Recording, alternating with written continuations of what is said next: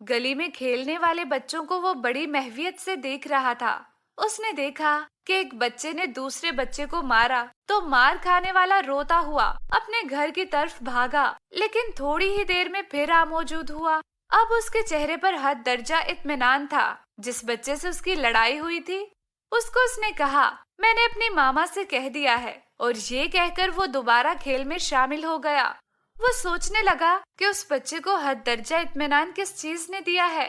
اس کی ماما نہ تو موقع پر آئی ہے، نہ اس نے دوسرے بچے کو کچھ کہا ہے، اور نہ ہی ایسا کوئی پیغام بھیجا ہے، مگر اس کا بیٹا پھر بھی مطمئن ہے۔ غور و فکر سے اس پر واضح ہوا کہ اس کا اطمینان دراصل اس یقین کا نتیجہ تھا جو اس کو اپنی ماں پر تھا۔ اسے یقین تھا کہ اس کی ماں میں اتنی طاقت ہے کہ وہ اس کی بے عزتی کا بدلہ لے سکے، اور یہ کہ وہ لازماً ایسا کرے گی، مگر یہ کہ وہ کب ایسا کرے گی، کس طریقے سے کرے گی، کتنا کرے گی، یہ سب کچھ اس نے اپنی ماں پر چھوڑ دیا تھا، اور یہ بھی اس کا یقین تھا کہ وہ یقیناً بہتر ہی کرے گی۔ تفویض اور اپنے معاملات کو ایک مشفق اور طاقتور ہستی کے سپرد کرنے کا یہ عمل اسے بہت بھایا، اور ساتھ ہی وہ بہت شرمندہ بھی ہوا جب اسے یہ احساس ہوا کہ اس کا تو اپنے مالک سے اتنا بھی تعلق نہیں جتنا کہ اس بچے کا اپنی ماں سے ہے۔ اس نے یاد کیا کہ اس کی زندگی میں کتنے مواقع ایسے آئے ہیں